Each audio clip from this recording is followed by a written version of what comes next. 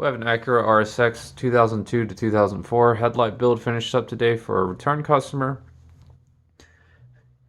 We built his original set many years ago and he decided to buy a new set, get everything refreshed on a brand new build. These utilize the JDM-style headlights with the black housing. We retrofitted the mini H1 by Xenon projectors inside and used the Apollo 2.0 shrouds.